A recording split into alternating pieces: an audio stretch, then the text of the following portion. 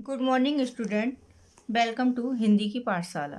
बच्चों, इस वीडियो में आपके 12th बोर्ड एग्ज़ाम के लिए हम वर्ड वन शॉट रिवीजन कराएंगे और मैं इस चैनल में और भी आने वाली जितनी भी वीडियो हैं उनमें भी जल्दी जल्दी आपका हिंदी का सिलेबस कंप्लीट करवा देंगे। तो आज हम बच्चों आपको पढ़ाते हैं। हमारा नेक्स्ट टॉपिक है शब्द युग्म एवं उनके प्रकार। शब्द शब्द युग्म होते हैं, जैसे कि हम किसी भी वाक्य को लिखते हैं तो उनको जोड़ के लिखते हैं। तो शब्द युग्म का शाब्दिक अर्थ होता है जोड़ा। ठीक है।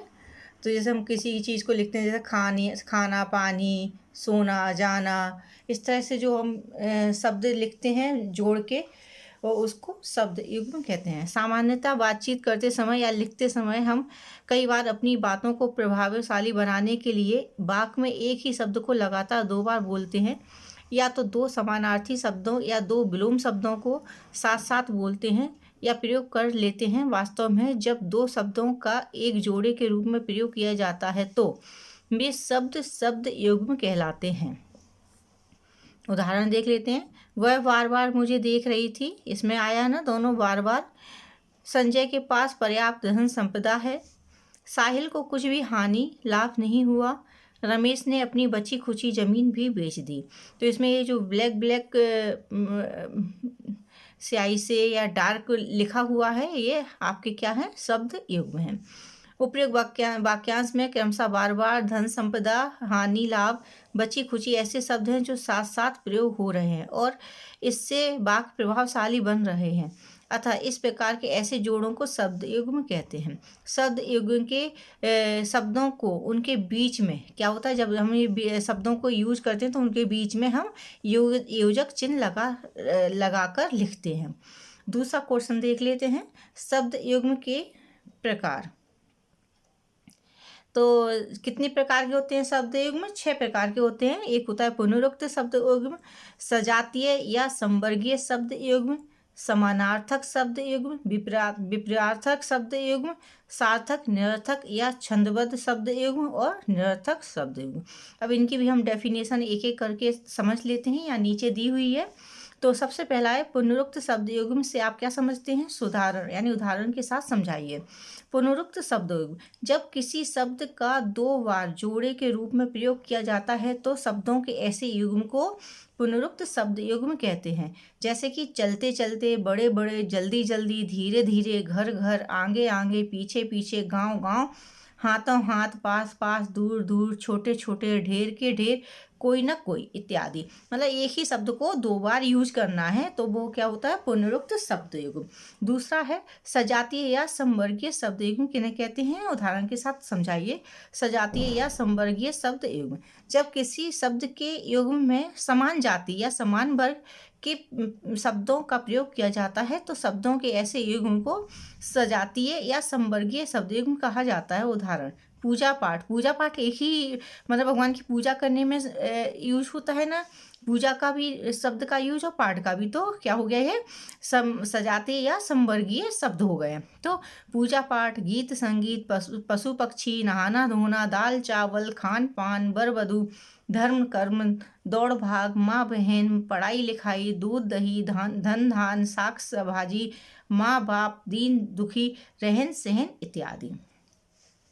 अब हम अपना नेक्स्ट देखते हैं समानार्थी तक शब्द युग्म। तो इसका है जब किसी शब्द के युग्म में समान अर्थ वाले शब्दों का प्रयोग किया जाता है तो शब्दों के ऐसे युग्म को समानार्थक शब्द युग्म कहते हैं। समानार्थक शब्द का देख लेते हैं। जैसे सुख चैन, काम काज, भूत प्रेत, सुबह सवेरे, बाल बच्चे, जादू टोना, अमन शांति, अच्छा भला, रूखा सूखा, सखी सहेली। समान अर्थ, जैसे कि पर्यायवाची शब्द होते हैं, एक ही शब्द के और भी शब्द होते हैं और अर्थ एक होता है, तो समान अर्थ। विपरीतार्थक यानी विलोम शब्द, तो जब किसी शब्द युग में विलोम अथवा विपरीत अर्थ के शब्दों का प्रयोग किया जाता है तो ऐसे जो शब्द के युग्म होते हैं उनको विपरीतार्थक शब्द युग्म कहते हैं। उदाहरण जीवन मरण, आकाश पाताल, नवीन प्राचीन, सुबह शाम, हानि लाभ, उठना बैठना, उठना उठना बैठना, ऊंच नीच, देव दानव, छोटा बड़ा, माता पिता, इधर उधर, ऊंचा ऊपर नीचे, अमीर गरीब, दिन रात, थोड़ा बहुत, लेना देना इत्यादि। अब हम नेक्स्ट देख लेते हैं। नेक्स्ट क्या है, इसका है सार्थक और निरर्थक शब्द युग्म से आप क्या समझते हैं और इन्हें और क्या कहा जाता है, इनके कुछ उदाहरण भी लिखिए। तो सार्थक निरर्थक शब्द युग्म को हम क्या कहते हैं, इन्हें हम छंदबद्ध शब्द युग्म भी कहते हैं। ठीक है, अब इनको हम इसकी डेफिनेशन देख लेते हैं। जब किसी शब्द युग्म में एक शब्द सार्थक तथा दूसरा शब्द निरर्थक हो, ऐसे शब्दों के युग्म को सार्थक निरर्थक शब्द युग्म कहते हैं। उदाहरण, चेहरा मोहरा। मोहरा तो कोई मतलब ही नहीं है, एक चेहरा तो सार्थक शब्द है और मोहरा निरर्थक है, इसका कोई अर्थ नहीं है। आर पार, सज धज, गप सप, बची खुची, थैला बैला, चाय बाय, गाड़ी भाड़ी, चादर वादर, पलंग वलंग, साइकिल बाइकल इत्यादि। निरर्थक शब्द जिनका कोई अर्थ नहीं होता है, ऐसे शब्द निरर्थक होते हैं। तो निरर्थक शब्द युग्म को से आप क्या समझते हैं, उदाहरण से समझाइए।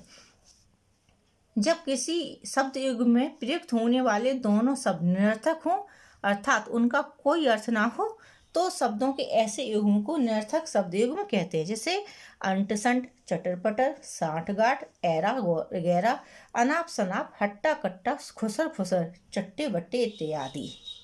तो हमारा ये टॉपिक खत्म हो गया। हमारा नेक्स्ट टॉपिक है वाक्य। वाक्य की परिभाषा देख लेते हैं हम। सार्थक शब्दों का वह समूह जिससे एक स्पष्ट भाव विचार की प्राप्ति होती है, उसे वाक्य कहते हैं। एक और इसकी डेफिनेशन है जो हम आपको और बता देते हैं। दो या दो से अधिक शब्दों के सार्थक या व्यवस्थित मेल को वाक्य कहते हैं, अर्थात जिससे कोई बात पूर्णता समझ आ जाए, उस समूह को वाक्य कहते हैं।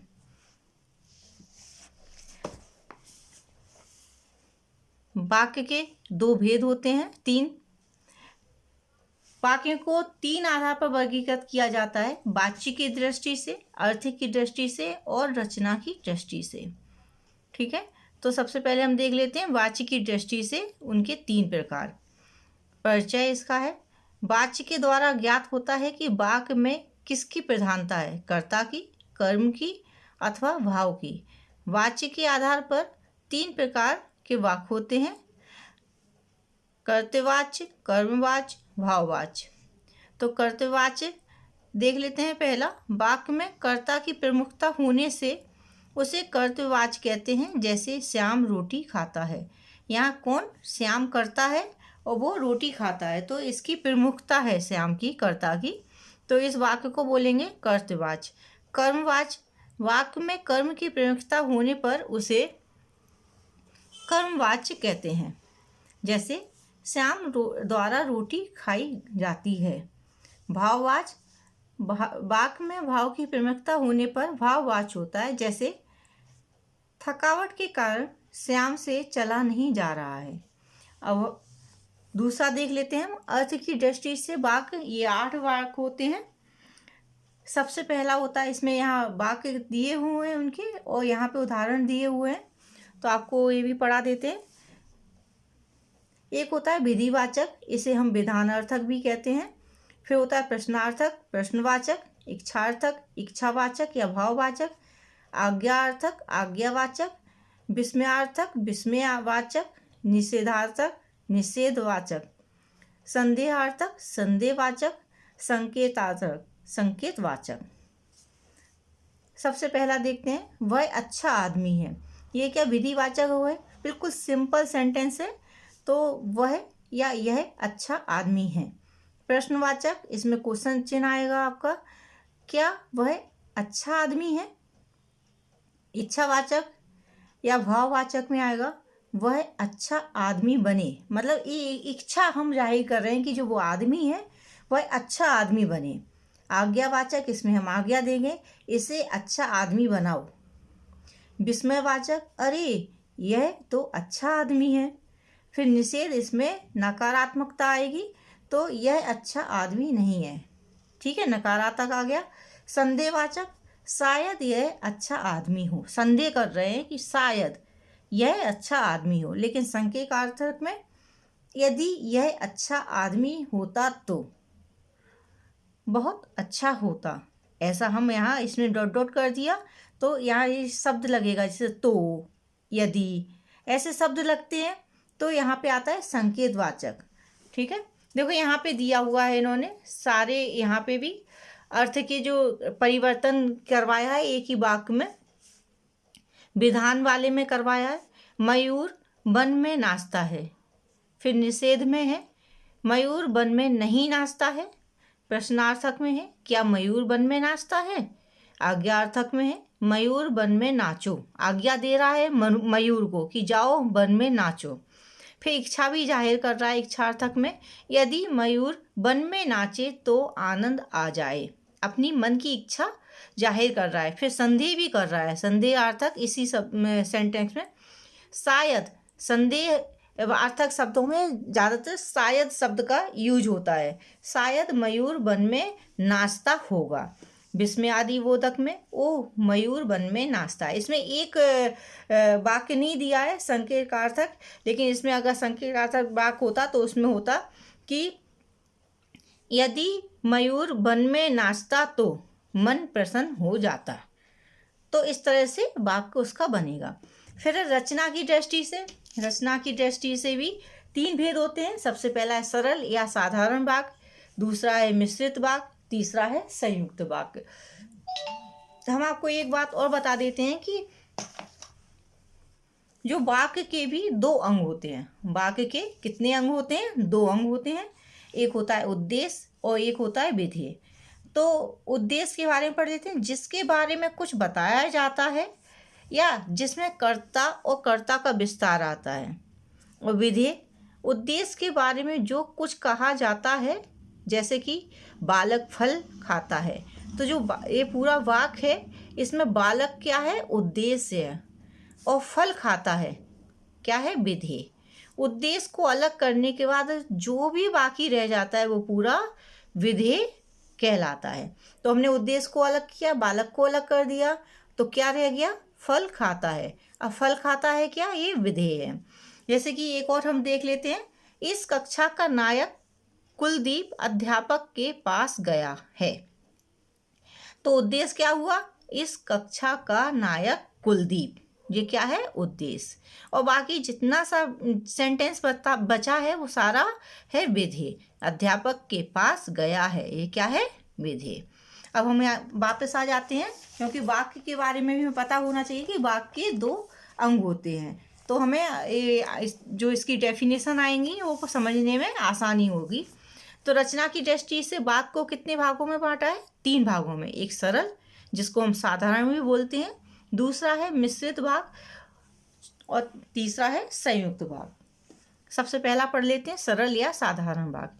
जिस वाक्य में एक ही भाव को प्रकट किया जाता है, इसमें एक क्रिया और एक कर्ता, मतलब एक क्रिया और एक कर्ता होता है, और भाव को सरलता से प्रकट किया जाता है। जिस वाक्य में एक उद्देश्य और एक विधेय, देखो अभी हमने जो आपको उद्देश्य और विधेय के बारे में पढ़ाया, इसीलिए क्योंकि वाक्यों में उद्देश्य विधेय इसके बारे में आपको जानकारी होनी चाहिए कि वाक्य के दो अंग होते हैं।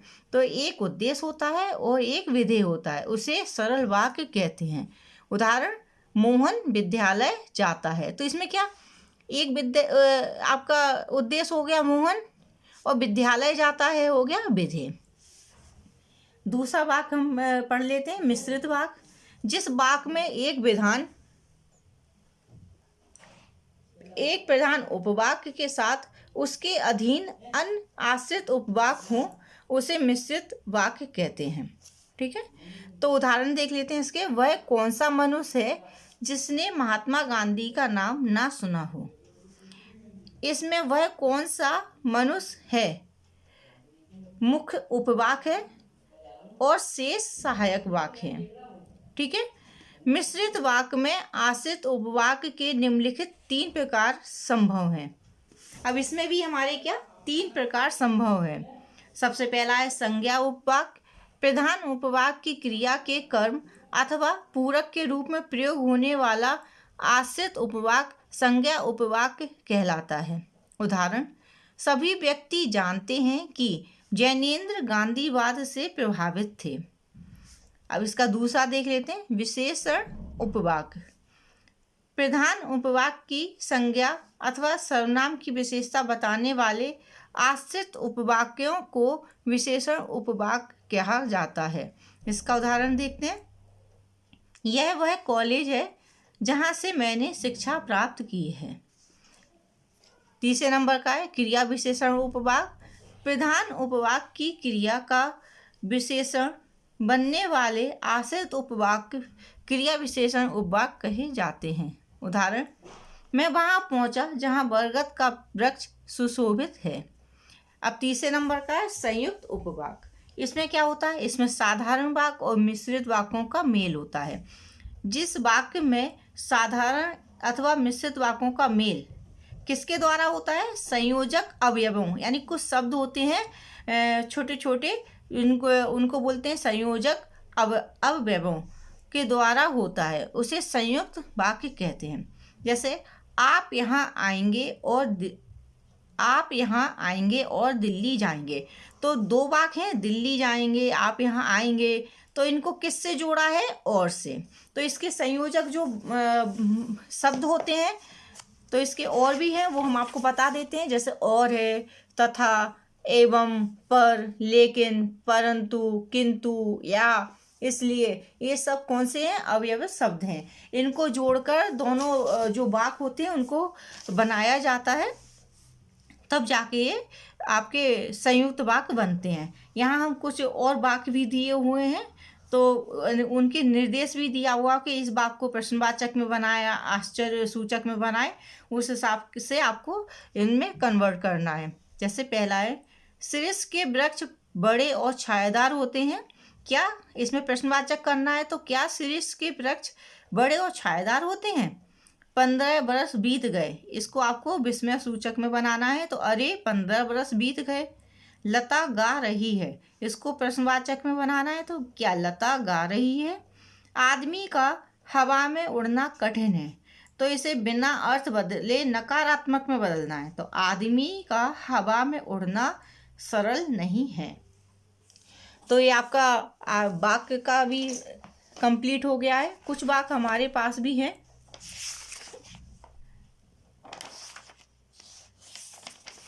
जैसे कि यहाँ पे दिया है, बाजार जाकर फल ले आओ। ये क्या है, आज्ञावाचक वाक्य है। मोहन तुम बैठकर पढ़ो, बड़ों का सम्मान करो, श्याम पानी लाओ। इसमें क्या आज्ञा दे रहे हैं कि ऐसा करो ऐसा करो, आज्ञावाचक हो गए। अब यहाँ पे दिया है, सूर्य पूर्व से उदय होता है। ये तो निश्चित बात है ना, एक क्रिया है जो होती है और हमें हर बार होती है। लड़की खाना खाती है, ये साधारण वाक्य हैं जो आपके विधानवाचक वाक्य में आए गए।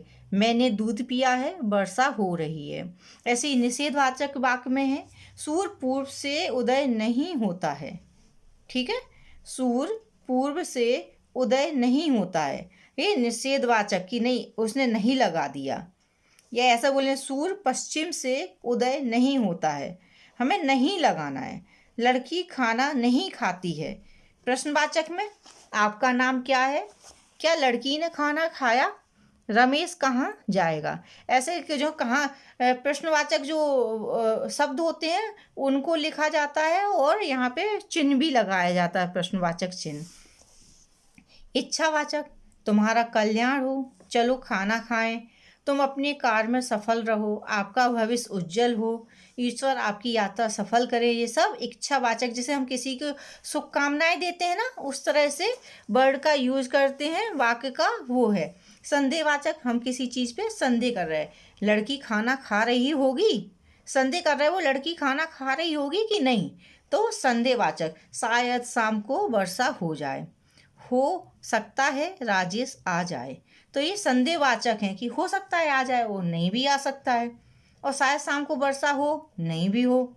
ऐसे ही संकेतवाचक वाक्य में होता है कि वह लड़की खाना खा लेती तो सो जाती, संकेत कर रहा है लड़की पे, जो परिश्रम करेगा वह सफल होगा। संकेत दे रहा है कि देखो ऐसा होना चाहिए, इशारा कर रहा है कि हाँ ऐसा करो, जो परिश्रम करेगा वो सफल होगा, अगर तुम करोगे तो तुम भी सफल होगे, अगर वर्षा होगी तो फसल अच्छी होगी। ऐसे ये विस्मयवाचक वाक्य। क्या लड़की ने खाना खा लिया? आह, आज तो धूप निकली है, हाँ मजा आ गया। इनमें जो जो विस्मयवाचक जितने भी चिन्ह हैं और वाक्य हैं और चिन्ह लगता है वो लगेगा जैसे क्या, आह, आहा, वाह, हाय। हाय उसके माता पिता दोनों ही चल बसे।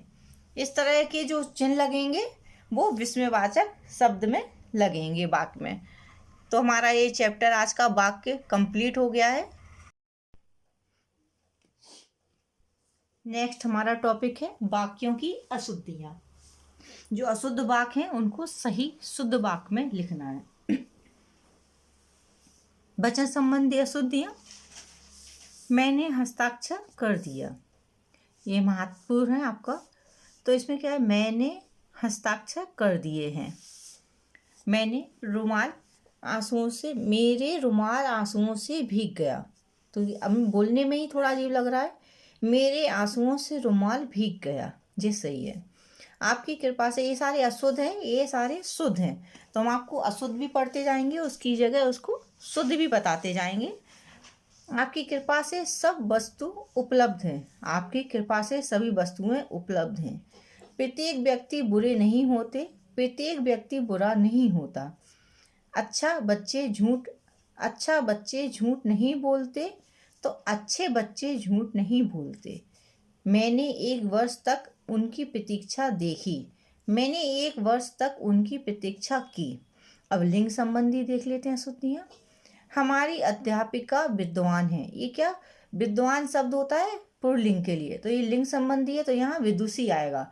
हमारी अध्यापिका विदुषी है। परीक्षा प्रणाली बदलना चाहिए, परीक्षा प्रणाली बदलनी चाहिए। मैं देश की सम्मान की रक्षा के लिए कार्य कर रहा हूँ, मैं देश के सम्मान की रक्षा के लिए कार्य कर रहा हूँ।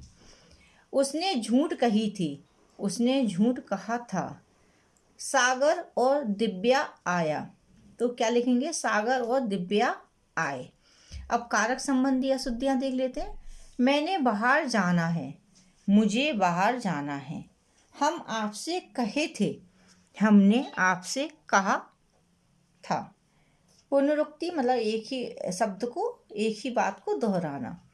अनम मेरी परम प्रिय स्नेही है, परम और प्रिय एक ही बात है, तो यहाँ हम एक लेंगे। अनम मेरी परम स्नेही है। कृपया हमारे यहाँ आने की कृपा करें, कृपया फिर कृपा नहीं, एक ही आएगा। कृपया हमारे यहाँ आए। क्रमदोष संबंधी अशुद्धियाँ। पत्र, यह किसने लिखा, यह पत्र किसने लिखा। क्रम सही होना चाहिए, क्या आगे आएगा क्या पीछे, ये हमें देखना है। खरगोश को काटकर गाजर खिलाओ, खरगोश को गाजर काट कर खिलाओ। संख्या संबंधी अशुद्धियाँ देख लेते हैं। चोर के हाथों में बेड़ियाँ थी, चोर के हाथों में हथकड़ियाँ थी। भगवान के गले में मोतियों की कड़ियाँ थी, भगवान के गले में मोतियों की लड़ियाँ थीं। ये संध्या संबंधी अशुद्धियाँ हो गई, संज्ञा संबंधी, ठीक है। सर्वनाम संबंधी अशुद्धियाँ। मैंने, मेरे को पढ़ना है, मुझे पढ़ना है। दूध में कौन पड़ा है, दूध में क्या पड़ा है। अब विशेषण संबंधी अशुद्धियाँ देख लेते हैं। काला लड़की पढ़ रही है, नहीं काला नहीं, क्या आएगा, लड़की साथ में आएगा काली, काली लड़की पढ़ रही है। दुष्टों के भय से बचो, दुष्टों से बचो, ठीक है। क्रिया संबंधी अशुद्धियाँ देख लेते हैं हम इसमें कि क्या है क्रिया संबंधी अशुद्धियाँ। सबसे पहला है लड़के अध्यापिका को प्रश्न पूछते हैं, लड़के अध्यापिका से प्रश्न पूछते हैं। राधिका का सफल होना उसके परिश्रम पर निर्भर करता है, राधिका की सफलता उसके परिश्रम पर निर्भर करती है। अब है हमारा क्रिया विशेषण संबंधी अशुद्धियाँ, ठीक है। अभी क्या था, क्रिया संबंधी, अब क्रिया विशेषण संबंधी। उसे लगभग पूरे प्राप्तांक प्राप्त हुए हैं, तो ये सही नहीं है। ये कैसे होगा? उसे पूरे अंक प्राप्त हुए हैं। वह जल्दी दौड़ता है, वह तेज दौड़ता है। फिर है कारकीय संबंधी अशुद्धियां। वायु शीतल चल रही है, वायु शीतल बह रही है। यही घी की शुद्ध दुकान है, शुद्ध शुद्ध घी की यही दुकान है। मुझे मेरा काम करने दो, मुझे काम करने दो। वे गुनगुने गर्म पानी से स्नान करते हैं, वे गुनगुने पानी से स्नान करते हैं। इसमें गर्म मायने नहीं रखता। हमारी देश की सरकार ईमानदार है, हमारे देश की सरकार ईमानदार है। हमारे, ठीक है, हमारी नहीं। कश्मीर की सौंदर्यता मनमोहक है, कश्मीर का सौंदर्य मनमोहक है। उसे व्यवहार में हानि होने की आशा है, उससे व्यापार में हानि होने की आशंका है। ठीक है। घड़ा और लोटा में पानी है, घड़े और लोटे में पानी है। मैं आपकी श्रद्धा करता हूँ, मैं आप पर श्रद्धा रखता हूँ। उसे मृत्युदंड की सजा मिली, उसे मृत्युदंड मिला। रात के 9 बजा था, रात के 9 बजे थे। महाकाव्य छापने की व्यवस्था का प्रबंध करें, महाकाव्य छापने का प्रबंध करें। वे कभी कभी सड़क में मिल जाते हैं, वे कभी कभी सड़क पर मिल जाते हैं। देश, भारत की बढ़ती हुई जनसंख्या वृद्धि के कारण बताइए, भारत की जनसंख्या वृद्धि के कारण बताइए। ईश्वर के अनेकों नाम हैं, ईश्वर के अनेक नाम हैं। उसके पास 2 हिंदी की पुस्तकें हैं, उसके पास हिंदी की 2 पुस्तकें हैं। वह सायंकाल के समय मेरे घर आया, वह सायंकाल मेरे घर आया। उसके पास केवल मात्र 200 रुपये हैं। अब केवल भी और मात्र भी, तो इसमें एक आएगा सिर्फ। उसके पास मात्र 200 रुपये हैं। उसके सामने एक गहरी समस्या है, उसके सामने एक गंभीर समस्या है। वह आँख से काना है, वह काना है। आँख से ही काना होता है ना, कान से तो नहीं होता है, तो वह काना है। शोभा गाना गाता है, शोभा गाना गाती है। राम का नौकर आटा पिसवाने गया है, आटा नहीं, ठीक है, गेहूँ। राम का नौकर गेहूँ पिसवाने गया है। मन्नू भंडारी विद्वान महिला है, मन्नू भंडारी विदुषी है। उसे लगभग पूरे प्राप्तांक प्राप्त हुए हैं, उसे पूरे अंक प्राप्त हुए हैं। अब मुहावरे संबंधी अशुद्धियां भी देख लेते हैं इसमें। मोहन ने शत्रुओं को लोहे के चने दबाए, मोहन ने शत्रुओं को लोहे के चने चबवाए, दबाए नहीं, चबवाए। राजा ने दुश्मन का सिर तलवार से उठा दिया, ठीक है, उठा दिया नहीं आएगा। राजा ने दुश्मन का सिर तोप से उड़ा दिया। क्या आएगा? तोप से उड़ा दिया। निम्नलिखित वाक्यों को शुद्ध रूप में लिखिए। तो यहाँ अशुद्ध रूप दिए हुए हैं और उनको हमें क्या शुद्ध रूप में लिखना है, निम्नलिखित वाक्यों को। ठीक है। राधा एक मोतियों की माला गले में पहने हैं, तो राधा मोतियों की एक माला गले में पहने हैं। ठीक है, एक मोतियों की माला ऐसा करके नहीं, मोतियों की एक माला करके आएगा। वे परस्पर एक दूसरे से स्नेह करते हैं, वे परस्पर स्नेह करते हैं या वे एक दूसरे से स्नेह करते हैं। आपका भाव दिए, तो सिर्फ भाव दिए आएगा। वह दुकानदार के पास जाओ, उस दुकानदार के पास जाओ। हम बस से मथुरा जाऊंगा। सॉरी, हम बस से मथुरा जाएंगे। हल्ला सुनते सुनते कान पक गया, हल्ला सुनते सुनते कान पक गए। मेरी केवल मात्र आकांक्षा है कि सब डालियां साथ साथ बढ़ें, मेरी मात्र आकांक्षा है कि सब डालियां साथ साथ बढ़ें। कोप ही दंड का विधान है, दंड ही कोप का विधान है। बादल काले काले छाए हैं, काले काले बादल छाए हैं। राम लक्ष्मण और सीता जंगल को गई, राम लक्ष्मण और सीता जंगल में गए।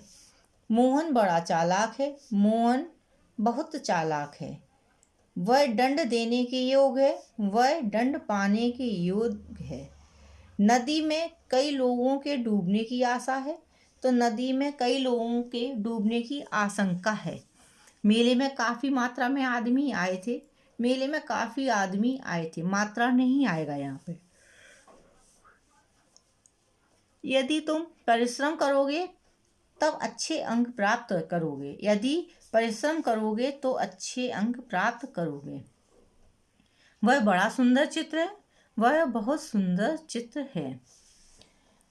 अब यहाँ पे बताया कि निम्नलिखित शब्द वर्तनी की दृष्टि से त्रुटिपूर्ण है, उन्हें शुद्ध रूप में लिखिए। जैसे एकीकृत, तो ये कृत गलत लिखा है, यहाँ पे ऐसे कृत आएगा। जन श्रुति, तो जन श्रुति इस तरह से लिखना है।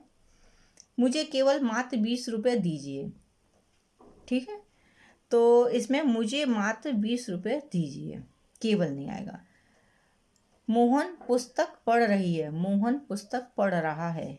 जंगल में शेर चिंगाड़ने लगा, नहीं, जंगल में शेर दहाड़ने लगा। तो हमारा आज ये टॉपिक भी आज पूरा हो गया है। तो बच्चों हम अपना नेक्स्ट टॉपिक शुरू करते हैं। अनेक शब्दों के लिए एक शब्द, मतलब एक पूरा वाक्य है, उसको एक छोटे से शब्द में भी हम कंप्लीट कर सकते हैं। इसका अर्थ ये होता है जिसे बहुत कम ज्ञान हो, जिससे बहुत ही कम ज्ञान होता है तो उसे हम क्या कहते हैं, अल्पज्ञ। इतना बोल देंगे तो इससे समझ में आता है कि अरे इसको तो बहुत कम आता है, इसको ज्ञान ही बहुत कम है। तो इसीलिए बोलते हैं अनेक शब्दों में के लिए जो सिर्फ एक शब्द का यूज किया जाता है।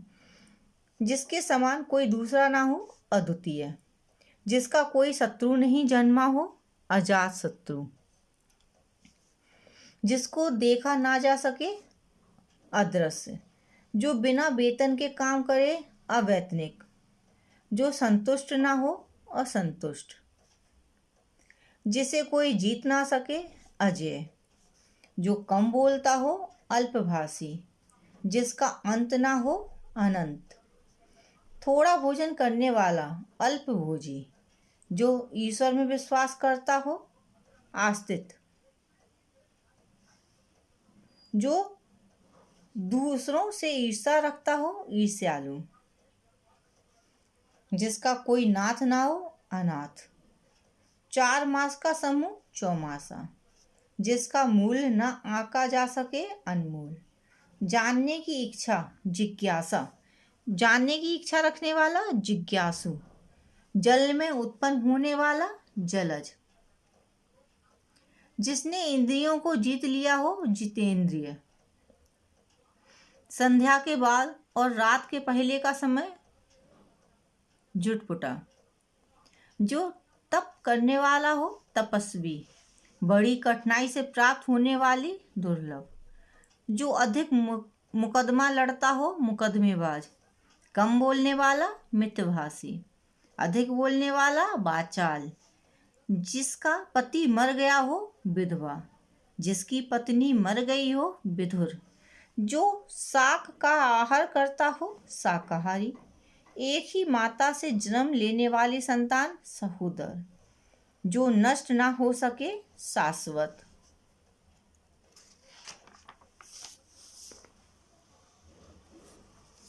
समय के अनुकूल, समयानुकूल।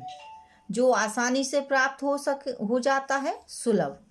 कर्म करने में तत्पर व्यक्ति, कर्मवीर, कर्मरत, कर्तव्यनिष्ठ और कर्मठ। जो धनुष धारण करता हो, धनुर्धारी। जिसकी तुलना ना की जा सके, अतुलनीय। शरण में आया हुआ, शरणागत। तो बच्चों आज हमारा ये टॉपिक भी कंप्लीट हो गया है।